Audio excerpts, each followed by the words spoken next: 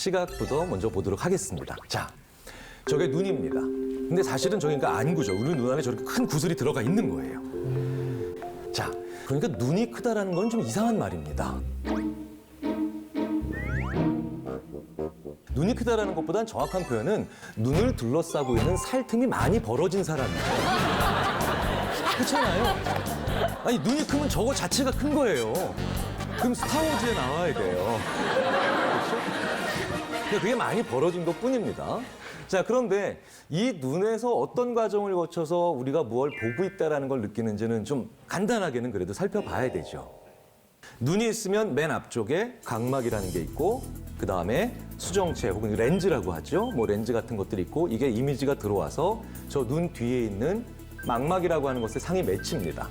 그러니까 이게 이제 안쪽으로 들어와서 뒤쪽에 있는 스크린에 맺히는 거예요. 그리고 이제 쭉 들어가서 이제 뇌에 전달돼서 우리가 뭘 보는 겁니다. 자, 근데 여기서 의학적이나 생물학적으로는 뭐 크게 고민을 하지 않으실지 모르겠지만 저희 심리학자들이 생각하는 굉장히 중요한 측면 하나가 나옵니다. 망막은 스크린이죠. 자, 그럼 스크린은요, 2차원인가요? 3차원인가요? 2차원. 2차원이죠. 네. 자, 그런데 우리는 몇 차원 세상을 살아가고 있다라고 생각하면서 또 보고 살아갈까요? 3차원. 3차원이에요. 네. 이게 되게 신기한 거예요. 자, 생각해 보세요. 우리 하드웨어인 눈은 분명히 2차원 상을 가지고 정보를 분석합니다. 그런데 재미있게도 우리가 느끼는 건 3차원이에요. 그러면 나머지 한 차원은 도대체 어떻게 만들었냐는 거죠. 우리가 3차원 세상을 살아가는 건 맞는데 그 3차원 세상을 정말 살아가고 있다라고 느끼게 만드는 그 무언가 우리는 집어넣고 있다는 거죠. 해석하고 있다는 거고요. 존재하지 않는 무언가를 활용하고 있다는 겁니다. 우리는 세상에 대해서 느끼고 있다고 심지어는 정확하게 분석하고 있다고 사실은 착각하고 있는 거예요.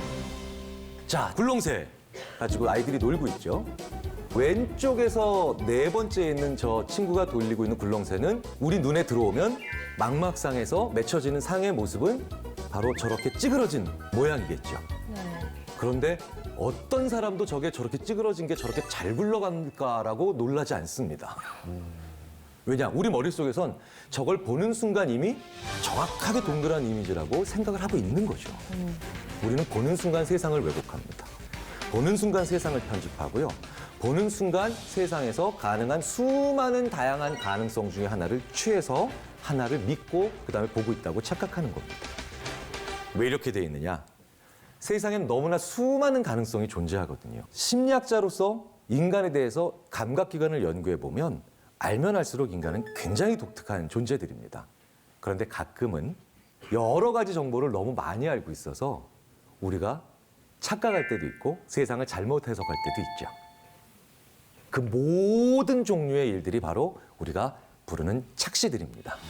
자, 착시들이요, 굉장히 독특한 것들이 많아요.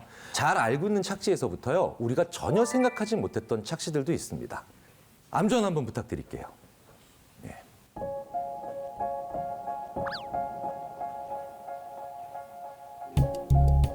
한쪽 눈을 감아주세요.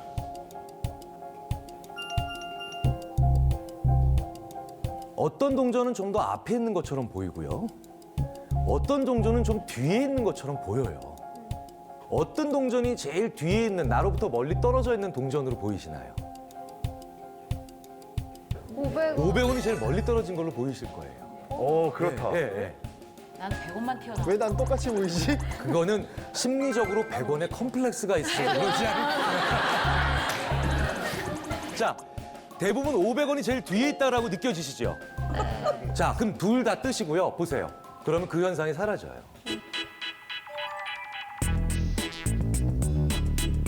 네, 사라져요.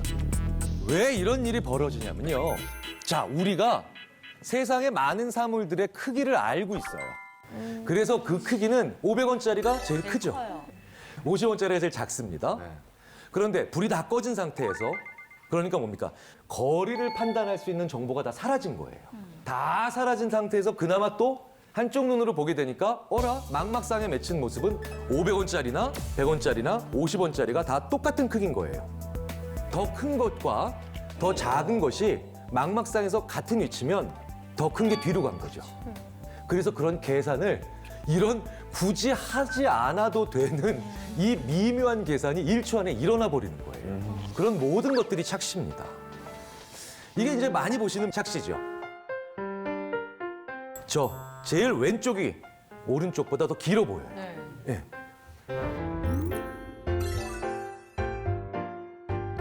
실제로 이 두 경우는 대부분 이런 경우입니다. 이쪽에 있는 경우는 대부분 나보다 더 멀리 떨어져 있는 경우죠. 그런데 저렇게 오른쪽에 있는 경우는 대부분 나한테 또 다가온 상황이에요. 이런 상황을 수십, 수백, 수천 번 경험하고 산 우리는 적용하지 않아도 되는 상황에 이걸 집어넣는 겁니다. 그래서 엉뚱하게도 이런 단서가 전혀 없는데도 말도 안 되게 무관한 단서를 사용하는 경우도 있죠. 대표적인 게 폰조 착시예요.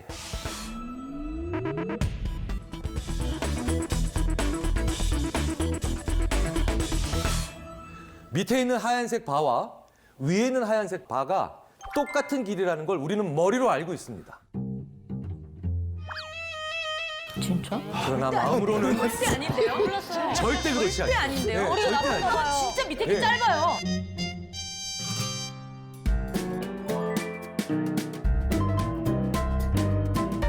밑에 게 더 작아 보이시죠? 나 무슨 거 절대 아니야 이거는 진짜로. 누가 봐도 너무 짧아요. 네, 네.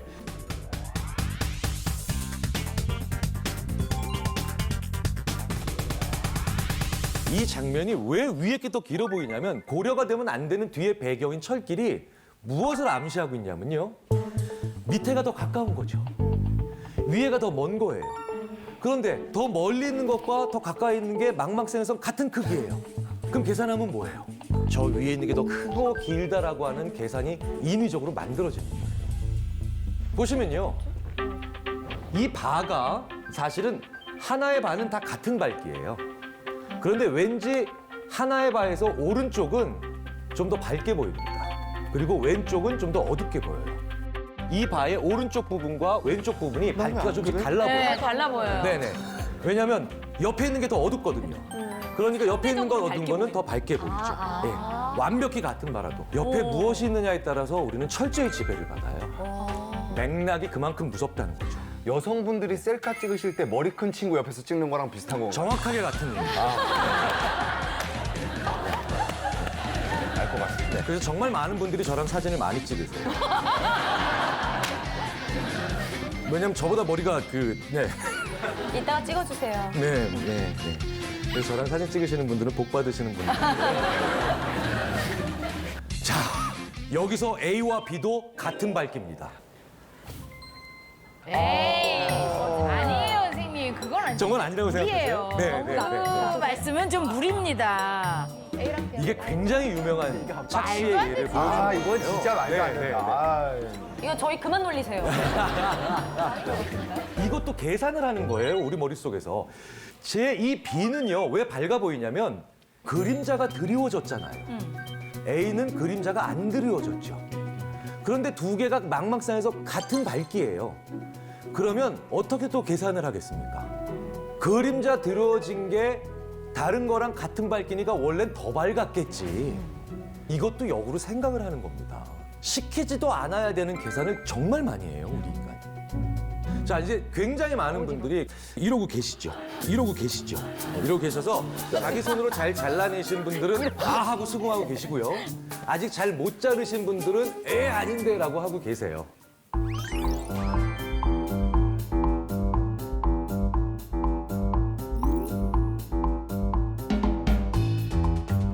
와 근데 그 주변을 손으로 가리니까 네네네. 밝기가 같으십니다. 되게 신기하네. 다 하시는 장면을 제가 보고 있는 저는 되게 웃겨요. 자, 이게 다 지금까지 얘기가 뭐겠습니까? 내가 어떻게 살아왔고 어떤 경험을 쌓아왔느냐가 내가 지금 보는 것의 대부분을 결정하는 거예요. 자, 그렇기 때문에 우리 속담에 이 말은 정말 맞는 말입니다. 먼 눈에는 뭐만 보인다. 진짜 맞는 얘기예요. 아, 너무 많이 듣는데. 진짜 맞는 얘기예요. 자, 불과 직전의 5초 만의 경험으로 지금 보는 게 얼마나 달라지는지를 보여드리겠습니다. 한번 따라해 보세요. 지금 이게 뭔지. 사람. 네, 사람. 네. 또 할아버지. 네, 할아버지 뭐. 네. 파마머리. 네. 그다음에 안경 쓴 사람? 자, 또 보겠습니다. 밑에 거. 안경 쓴 사람 아니야? 닭, 공자. 토끼, 개, 고양이, 쥐. 안경 쓴 자, 보세요. 그림 똑같은 거 아니야? 네, 같은 거예요. 같은 건데 사람을 연속으로 보기 시작하면 저게 사람으로 보여요. 그런데 계속 동물을 보다가 저걸 보면 동물로 보여요. 아.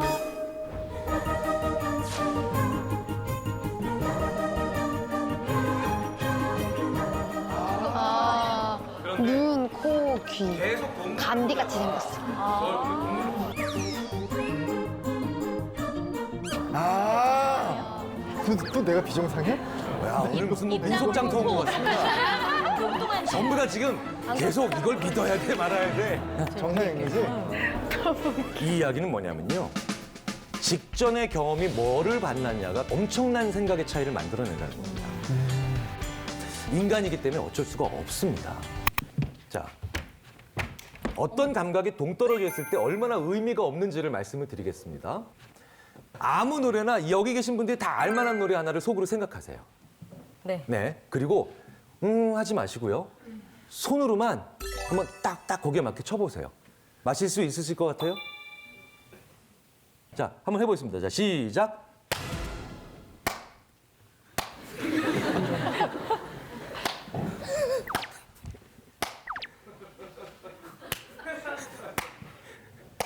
사나이 로또 아닌가요? 네. 야, 분발을 하고 있으면 어떡해. 야야야 내 나이가 근데 정말 웃긴 거는 네. 다 본인 상황에 맞게 해석하고 있는 것 같아요. 그렇죠, 그렇죠. 네. 네 상황이 어때서? 아니면은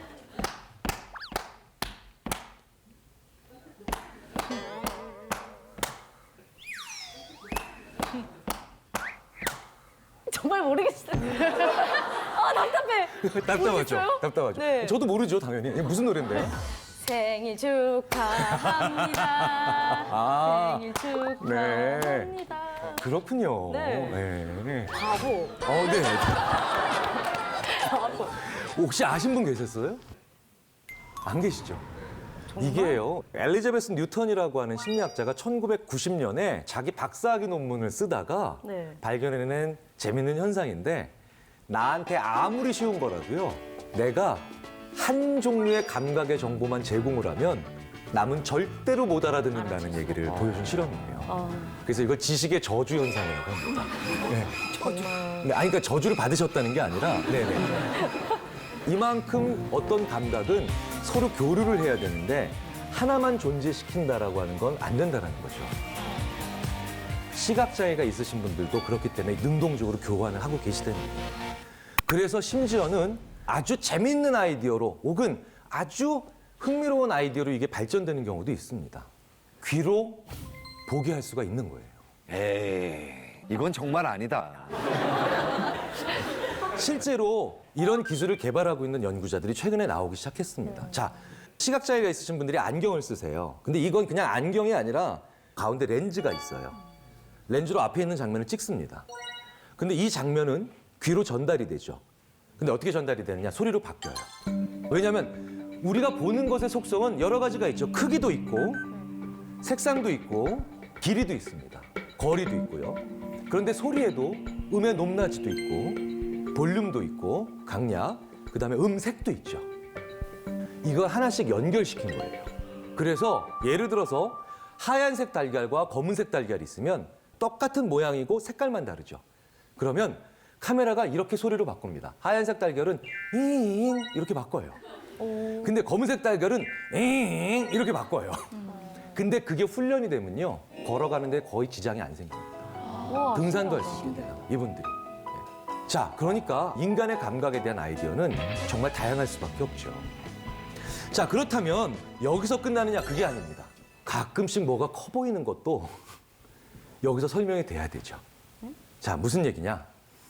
1940년대에 브루노라고 하는 사람이 굉장히 흥미로운 실험을 했는데요. 그게 바로 가난한 집 아이들과 부잣집 아이들이 같은 동전이라도 어떻게 다른 크기로 추정을 하는가에 대한 실험이에요. 자, 이 왼쪽이요, 부잣집 아이들이에요. 그리고 오른쪽이 가난한 집 아이들의 데이터입니다.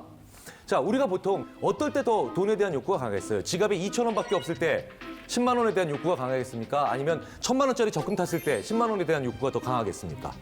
당연히 제발 2,000원밖에 없을 때죠. 그러니까 돈이 적을수록 돈에 대한 욕구는 강하겠죠. 자, 그런데 아이들한테 다양한 동전들을 마음속으로 그리라 그래요. 그런데 그 동전을 그려보라고 합니다. 실제 크기로. 실제 크기로 그려보라고 하면 부잣집 아이들보다 가난한 집 아이들이 동전을 더 똑같은 액수라도 크게 그려요. 이 얘기는 뭐냐면 심지어 우리의 욕구나 아니면 욕망까지도 우리가 보는 것을 결정을 한다는 거죠. 그래서 우리는 욕구가 강할수록 큰 걸 좋아하게 돼 있어요. 우리 인간이 큰 걸 얼마나 좋아하는데요. 자, 김재욱 씨, 에펠탑 보면서 왜 사람들이 감동할까요? 아, 크다. 그죠? 크니까. 피라미드 보면 왜 사람들 놀라니까? 크니까. 크다. 자유의 여신상도요, 사람들 보고 와, 크다. 크면 좋은 거예요. 그래서 우리는 또 반대로 열심히 운전해가지고 갔는데 그게 작잖아요. 기분이 나빠요. 맞아. 네. 그래서 벨기에 브뤼셀 가면 오줌 싸게 소년 그거 보고 사람들이 내가 이걸 보려고 300km를 달려왔나. 그래서 왜 영국의 그 유명한 피카디리 거리를 가도 사람들이 실망해요. 왜? 작거든요. 우리는 내 욕구가 거기에 강할 때마다 커야 된다라고 하는 생각들을 심지어 가지고 있죠. 자, 그렇기 때문에 우리는 일부러 커게 해서 심지어는 아름다움과 연결시킬 때도 있습니다. 홍나실 씨, 문다현 씨. 예전에 80년대 우리 미스 코리아 분들 헤어스타일이 어땠었나요? 사자머리. 라이온킹. 네. 그러니까 우리는 뭡니까? 심지어 큰 것과 아름다움을 연결시키기도 했었죠. 그래서 실제로 그 80년대가요. 우리가 뭔가 그 욕구가 굉장히 강했을 때인데 그 옷도 저렇게들 입으셨어요. 네. 그쵸? 예. 저는 어렸을 때 다이애나 왕태자를 보면서 깜짝 놀랐습니다. 저분은 무슨 뭐 엿기를 하시나. 실제로 80년대가요. 우리나라뿐만 아니라 전 세계적으로 굉장히 욕구가 강했었을 때예요. 자, 그래서 우리나라 분들도 80년대는 옷을 이렇게 입으셨죠. 이렇게 입으셨어요. 지금 저런 옷 아무도 안 입힌데, 그렇죠? 옛날에 저렇게 입으셨어요. 그런데 이게 저런 옷이 단순히 유행이 돌고 도는 게 아니라 저런 것의 파워, 욕구, 저 욕구를 자극하기 위해서 저걸 다시 꺼내 입는 경우도 있죠. 그게 바로 이번에 미국 대선에서 승리한 트럼프예요. 트럼프는요, 막말보다도 더 미국 사람들이 힘들게 했던 게 막장 패션이에요. 옷을 어떻게 입었냐면 80년대 양복 이게 어깨 통나물 입고 넥타이를 그 빨간 걸 이렇게 좁게 매고요. 더 괴로운 건 앉았을 때 버튼을 채우고요. 네. 그런데 저 도널드 트럼프가 왜 저렇게 촌스러운 속된 표현으로 막장 패션이란 말까지 들으면서 그 비아냥을 감수했느냐? 실제로는 모종의 전략이 있었을 게 분명하다라고 추정하지요, 저희들이. 왜? 1980년대에 로널드 레이건의 시대였거든요. 로널드 레이건은 파워를 그리고 인간의 욕구를 굉장히 강하게 대변하는 대통령이었죠. 그래서 그때로 돌아간 거예요. 옷을 잘 못 입는다라는 건 정치인으로서 굉장히 강한 부담이고 핸디캡이 됨에도 불구하고 그걸 감수했는데 저걸 전략적으로 이용한 게 아닐까라고 하는 그런 추정들을 굉장히 많은 사람들이 하고 있죠. 그런데 이 넥타이 얘기가 나온 김에 말씀을 드리자면 이 넥타이를 조이고 이거 풀르는 게 사실은 굉장히 다양한 경우에 그 사람과 나의 관계를 얘기해 줍니다. 자, 수많은 정치인들이 2000년대 이후에는요, 저 넥타이를 하지 않습니다. 그래서 심지어 미국 언론에서 오바마는 넥타이 산업을 죽이려고 하는 거 아니야?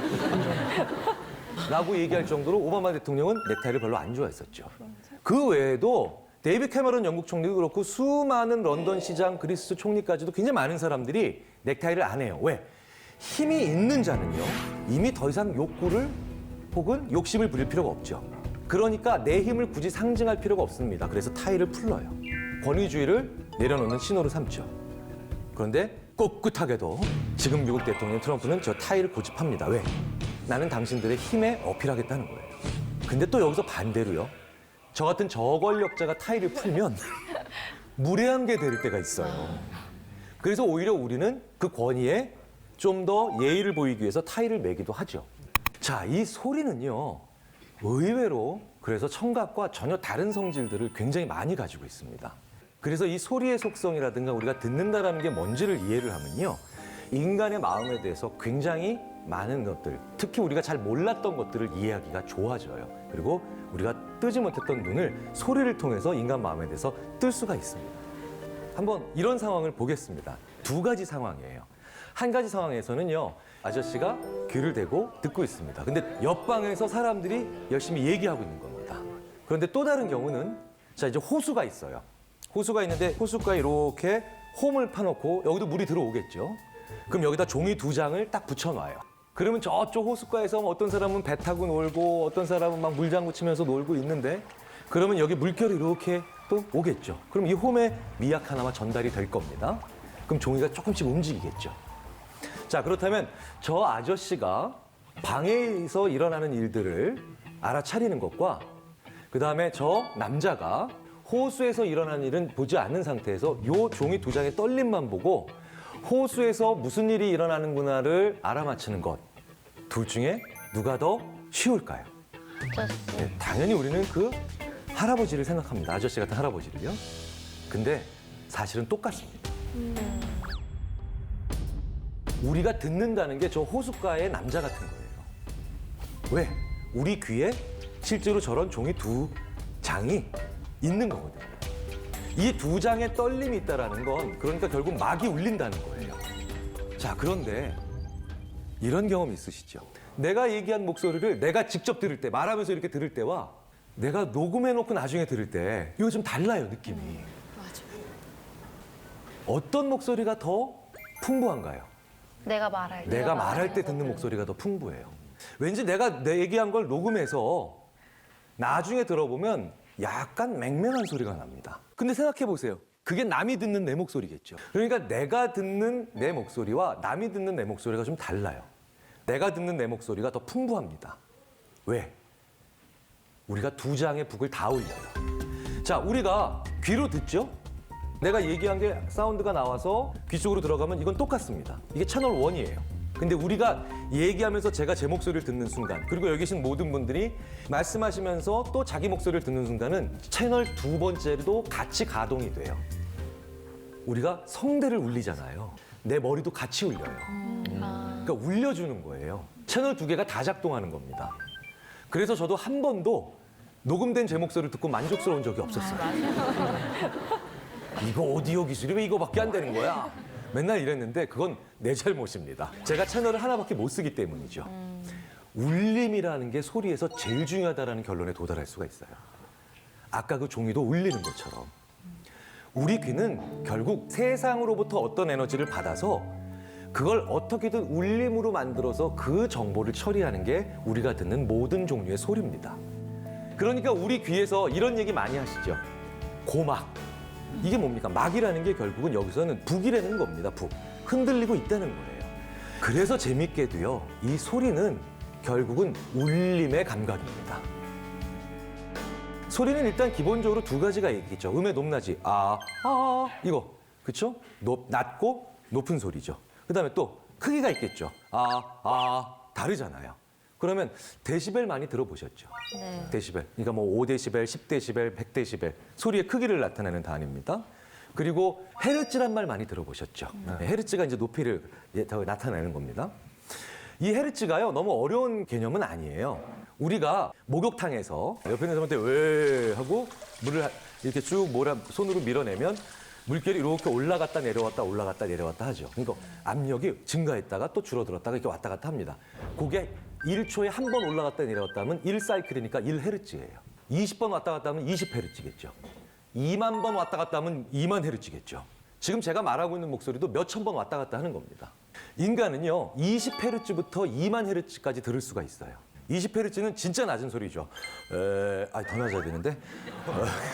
불가능합니다. 네, 제 목소리는. 2만 헤르츠에 육박하는 높은 소리는요, 사실은 좀 끔찍한 상상이긴 한데 손톱으로 칠판을 그러면서 그렇게 높이 올라가는 거예요. 네. 생각만 하기도 싫은 소리가 나오지요. 20에서 2만 헤르츠까지 들을 수가 있어요. 그러니까 더 지나가면 못 듣습니다.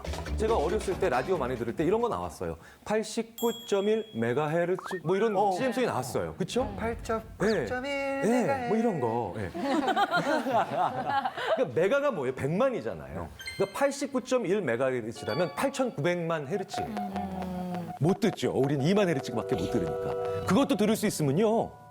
우린 라디오 안 사도 되죠. 저쪽에서 오늘 저기 뭐 컬투 아저씨들이 뭐 하고 있네. 교통방송 들어볼까? 이쪽으로 돌려야지. 자, 그러니까 우리는 이렇게밖에 못 듣습니다. 근데 왜 이렇게밖에 못 들을까요? 세상의 모든 것에 참견할 수는 없잖아요. 그 모든 것들을 우리가 들어야 된다면 집 앞에 있는 곤충이 지나가는 소리도 들으면서 제가 왜 지나갈까? 그렇죠? 모기 소리 하나만으로도 우리는 잠을 못 이루잖아요. 그런 것들에 다 신경을 빼앗기려면 우리는 엄청나게 세포들이 매 시간 매분 활동을 해야 되는데 결국 그 세포들을 먹여 살리고 계속 움직이게 만들려면 우리는 하루에 몇십 끼를 먹어야 될지도 모릅니다. 그러니까 적당하게 맞춰 놓은 거죠. 자, 그런데 재밌는 건 저렇게 그래프를 보시면 유난히 곡선이 이렇게 떨어져 있는 지점이 있죠. 거기가 바로 뭐냐면 적은 에너지로도 들을 수 있다는 거예요. 저 적은 에너지로 들을 수 있는 저 좁은 영역대가 바로 뭐냐. 인간이 알아들어야 되는 제일 중요한 게 뭡니까? 말귀죠. 생각해보세요. 말귀를 못 알아들으면 큰일 나잖아요. 인간의 말만 저렇게 뚝 밑으로 내려와 있어서 적은 에너지로 듣게 돼 있어요. 왜? 거기에 집중하기 위해서. 일부러 저렇게 절묘하게 만든 거죠. 그런데요, 우리의 소리를 듣는 귀 그리고 그것과 관련된 청각이요, 시각이랑 굉장히 중요한 차이점을 하나 가지고 있습니다. 이게 울림이잖아요. 네. 자, 그러면 마음을 울린다 이런 표현 쓰죠. 자, 이건 이성과 감정 중에 어디에 더 가까운 얘기가 됩니까? 감정이죠. 소리가, 즉 귀가 눈보다 더 감정을 많이 건드려요. 오히려 소리로만 들었을 때 더 감정적으로 변하는 경우가 굉장히 많습니다. 청문회 볼 때 가끔 막 우리 화날 때 있잖아요. 막 짜증날 때. 그렇죠? 청문회를 TV로 본 사람들과 라디오로 들은 사람들이요. 라디오로 들은 사람들이 더 격하게 반응해요. 왜? 더 정서적인 거예요. 그래서 커뮤니케이션을 연구하는 사람들은 별명을 붙입니다. 시각은 dry information이에요. 건조한 정보죠. 그런데 상대적으로 청각은 wet, 젖었다는 겁니다. 촉촉한 정보라고 얘기를 많이 하죠. 더 감정적으로 이게 더 사람들을 매료시키기도 하고 흥분시키기도 하기 때문입니다. 그런데 이런 걸 또 이어받아서 정말 재밌는 연구를 하는 사람도 있더라고요. 이런 청각의 이런 독특한 측면을 야동 연구에 대입을 시키더라고요. 자, 감이 오셨겠죠? 네. 야동을 보여줍니다. 야동을 들려줍니다. 또 가운데는 야동을 소리를 끄고 보여줍니다. 자, 그러면 세 가지죠? 자, 그런데 어떤 쪽에서 제일 성적으로 흥분했냐는 거예요. 자, 그러니까 야동을 제대로 다 본다는 표현은 좀 이상합니다만, 네. 다 보면 소리랑 화면이 다 나온다는 거죠. 그것보다 오히려 소리로만 듣는 사람들이 성적으로 더 흥분합니다. 네. 왜? 훨씬 더 많은 것들을 상상하게 되는 거예요. 훨씬 더 많은 것들을 마음속에서 그리고 이것도 꺼내오고 이것도 꺼내오고 이것도 꺼내오는 겁니다. 그래서 굉장히 많은 경우에 소리는 시각보다 훨씬 더 강력한 정서에 호소하는 무기가 되죠. 참 연구하다 보면 어떻게 저런 독특하면서도 창의적이지만 야한 연구들을 할 수 있을까 참 궁금합니다. 저희 같은 경우에는 야동 보다가 어머니가 들어오면 모니터만까지 소리는 안 끊을 경우가 많거든요. 그렇죠. 네. 그래서 모바일 기기를 사용하셔야 됩니다. 가끔 이런 얘기를 많이 하시는 걸 제가 어렸을 때부터 많이 들었어요. 아이들은 잘 못 듣는다고. 네, 태어난 지 얼마 안 된 아이들은 잘 못 들어. 걔가 뭐 듣냐. 뭐 생각을 하시는데 아닙니다. 신생아들도 굉장히 잘 들어요.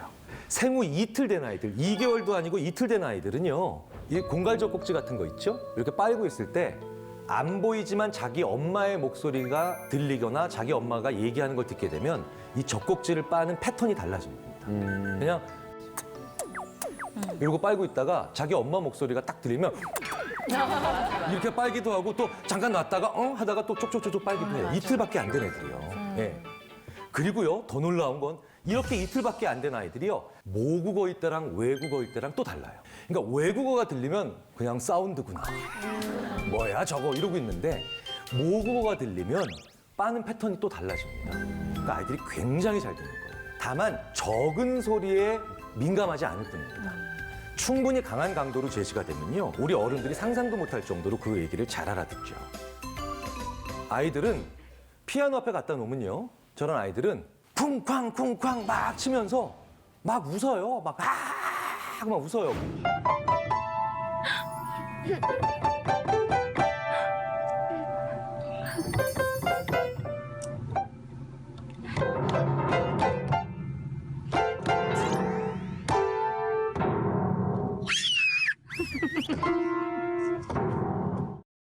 그럼 어른들은 지나가다가 아우 시끄러워. 왜? 아름다운 음악이 아니거든요. 우리 어른들은 도미솔 같은 화음의 즐거움을 느끼라고 교육을 받았습니다. 그러니까 그게 좋은 거예요. 근데 아이들이 쿵쾅쿵쾅 치는 불협화음은 우리는 그걸 불쾌라고 하는 감정을 연합시키라고 또 교육을 받은 거죠. 그래서 우리는 그게 불쾌한 거니까 순간적으로 어떻게 생각을 합니까? 아이들한테도 안 좋은 거라고 생각을 해요. 근데 그게 아니라는 거죠. 좋은 것보단 다양한 걸 경험하는 게 훨씬 더 중요합니다. 사실 우리 남이 먹는 거 보면 별로 즐겁지 않잖아요. 아니 내가 배고픈데 왜 남이 옆에서 먹으면 또 짜증납니다. 제가 예전에요. 속에 병이 나서 병원에 입원한 적이 있었어요. 입원한 적이 있었는데 제가 뭘 먹으면 안 됩니다. 근데 제가 병원에 누워있는데 옆에 계신 분이 치킨을 시켜 드시더라고요. 저는 못 먹는 거예요. 아무것도 못 먹는데. 아 저는 범죄가 순간적으로 일어난다는 걸 그때 느꼈습니다. 네. 사실 내가 배고픈데 남이 먹는 걸 본다는 건 사실은 고통일 수도 있어요. 근데 왜 우리는 그렇게 열심히 먹방을 볼까요? 냄새가 안 나니까. 네. 냄새가 안 나니까. 대리만족. 대리만족? 상상. 이유 될 수도 있죠. 상상? 먹방에서는요. 굉장히 다양한 다른 감각을 동원해요. 소리를 들려주고요. 맛에 대해서 우리가 한 번도 생각해보지 못했던 말을 해요. 저는 봄나물 먹는 그 장면에서 어떤 분이 그러시더라고요. 참 맛이 화사하네요.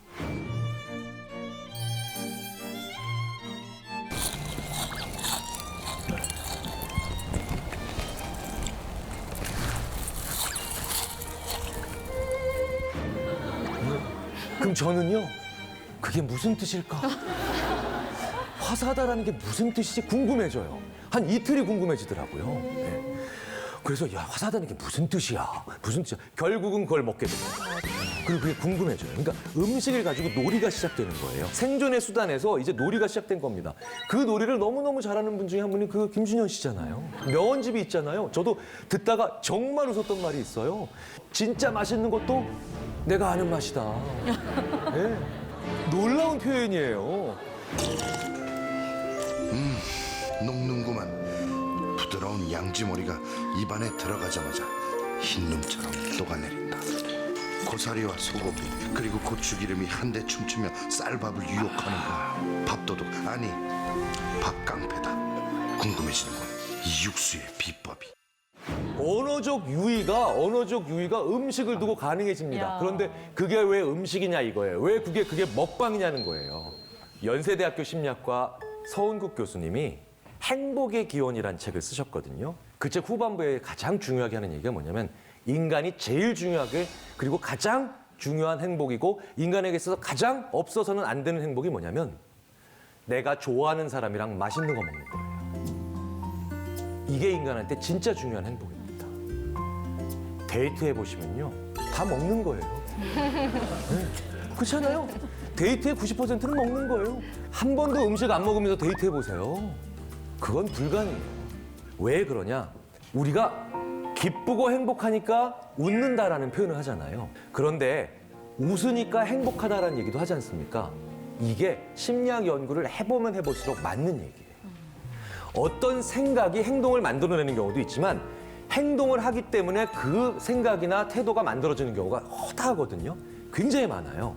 먹는다라는 행위가 마찬가지입니다. 내가 좋아하는 사람과 맛있는 걸 먹으니까 행복하잖아요. 그래서 나는 싫어하는 사람과는 못 먹어요.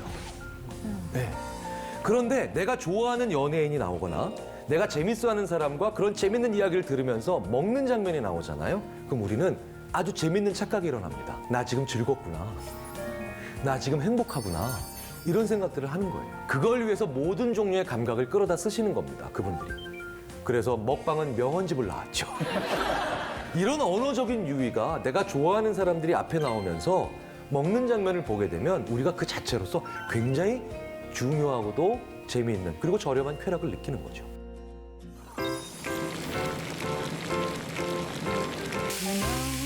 How hard I try, I know how you'll be able to make it. You know what I'm gonna say, my bet it's easy. La la la la la la la, la la la la la la, la la la la la. 어떤 일을 담당하고 있는 세포들이 무수히 많잖아요. 그게 보는 세포든 우리 뇌 안에 있는 아니면 듣는 세포든 안 쓰게 되면 어떻게 될까요? 어떤 일을 담당하고 있는 세포들이 무수히 많잖아요. 그게 보는 세포든 우리 뇌 안에 있는 아니면 듣는 세포든 안 쓰게 되면 어떻게 될까요? 태아. 네, 퇴화, 죽습니다. 쓰지 않는 세포들은 필요 없기 때문에 자연 도태돼요. 블레이크 모어라고 하는 학자는 지금 오른편에 보는 저런 통 안에 수직선만 있죠. 수직선만 있는데 태어나자마자 고양이를 저것만 보게 만들었어요. 저 통 안에다 두고. 태어나자마자 한 두세 달 동안 수직선만 본 겁니다. 그러니까 수평선을 보는 세포들이 죽어가기 시작한 거예요. 그래서 3개월 후에 이 고양이를 꺼내서 수평바, 아주 간단히 쉽게 넘을 수 있는 수평바를 줬더니 못 넘어가더래요. 네. 벌써 이 세포들이 나는 필요 없는 존재구나 라고 생각해서 퇴화된 거예요. 우리 어른들이 보기엔 더할 나위 없이 아름답고 좋은 그림이에요. 우리 아이 방에 벽지 바르려면 다 저런 거 벽지 하실 거예요. 그렇죠? 일반적으로 파스텔로 그린 그림입니다. 그런데 저기엔 어떠한 종류의 직선이나 아니면 소위 말하는 샤프 컨트라스트, 구분되는 어떤 선들이나 각도들이 존재하지 않습니다. 실제로 아이들이 봐야 되는 건 그게 아닐 수도 있다는 거예요. 그래서 이렇게 얘기하는 사람들도 있는 거죠. Why a baby needs to see sharp contrast? 이게 뭐냐면요. 아이들은 오히려 저런 걸 봐야 더 좋을 수도 있다는 겁니다. 한참 저런 세포들을 써야 될 테니까요. 아까 보여드렸던 그런 파스텔 톤의 그림을 태어난 아이들한테 바로 보여주고 야, 너무 좋지 않니? 우리 아가야? 아이들한테는 아무것도 못 보게 만드는 걸 수도 있을 거라는 그런 주장을 하는 연구자들도 있습니다. 자, 이 이야기가 뭘 의미하는 걸까요? 우리는요, 우리 아이들에게 좋은 것을 보여주고 좋은 것을 들려줘야 된다라고 생각을 하고 있죠. 그런데 이 좋은 거라는 게 바로 뭐냐는 거예요. 우리 어른들의 생각으로 좋은 게 아니겠냐는 거죠. 네. 자, 그래서 실제로 태어나자마자 우리가 다양한 경험을 하는 게 굉장히 중요합니다. 단 한 번의 다른 경험을 다른 공간에서 하는 것도 엄청나게 사람을 지혜롭게 만들 수 있거든요. 너무나도 유명한 실험 하나를 보여드리겠습니다. 일명 두 줄 실험인데요. 이 두 줄 실험이 뭐냐면요. 천장에 실처럼 얇은 줄이 매달려 있습니다. 그런데 대학생을 한 명 이 방에 집어넣습니다. 방에는 이거 말고는 아무것도 없어요. 이 학생이 들어가서 해야 될 미션, 과제는 뭐냐면 이 두 개를 연결하는 겁니다. 근데 떼어내면 안 돼요. 떼어내면 안 돼요. 그러니까 떼어내지 않고 연결을 해야 됩니다. 근데 저희가 사전에 팔 길이를 다 재놨기 때문에 한쪽 끝을 잡고 반대편으로 가서 이걸 잡아보려고 해도 절대 안 닿습니다. 예, 난감하죠? 자, 그런데 이 난감한 상황에 제가 옆에 있다가 가위를 하나 툭 던져줘요. 이걸 써봐라. 그럼 이 학생들의 표정은요? 상당히 짜증을 냅니다. 이걸 왜 주는 거야? 그럼 제가 또 약을 올려요. 앞에 친구도 이걸로 해결했어. 네, 그러면 애들이 막 그런가? 방금 그래서 제가 써야 된다니까 이걸로 된다니까 약을 또 바짝바짝 올리죠. 알겠다. 써야 되겠다. 자, 봤습니다. 어떻게 하실래요, 지민 씨? 저요? 네. 제 옷을 잘라서 어떻게 할 것 같은데요? 아니 갑자기 또 이렇게 이런 퍼포먼스 버전으로. 네. 아니 어떻게든 연결시키면 네, 되니까. 네, 네. 바지도 많이 잡지를 짧고. 못하죠. 잡기가 힘들죠. 그렇죠. 99%의 학생들이 첫 번째 어떻게 하냐면요. 한쪽 끝을 잡고 반대편으로 가요. 그리고 가위를 우리가 쓸 때처럼 잡고요.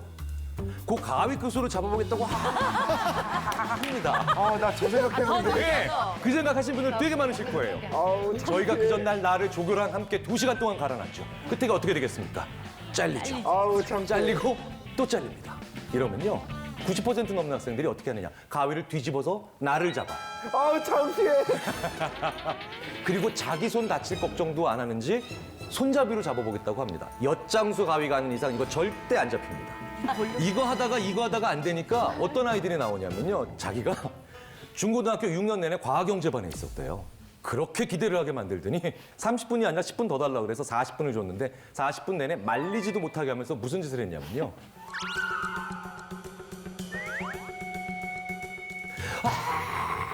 정전기. 정전기.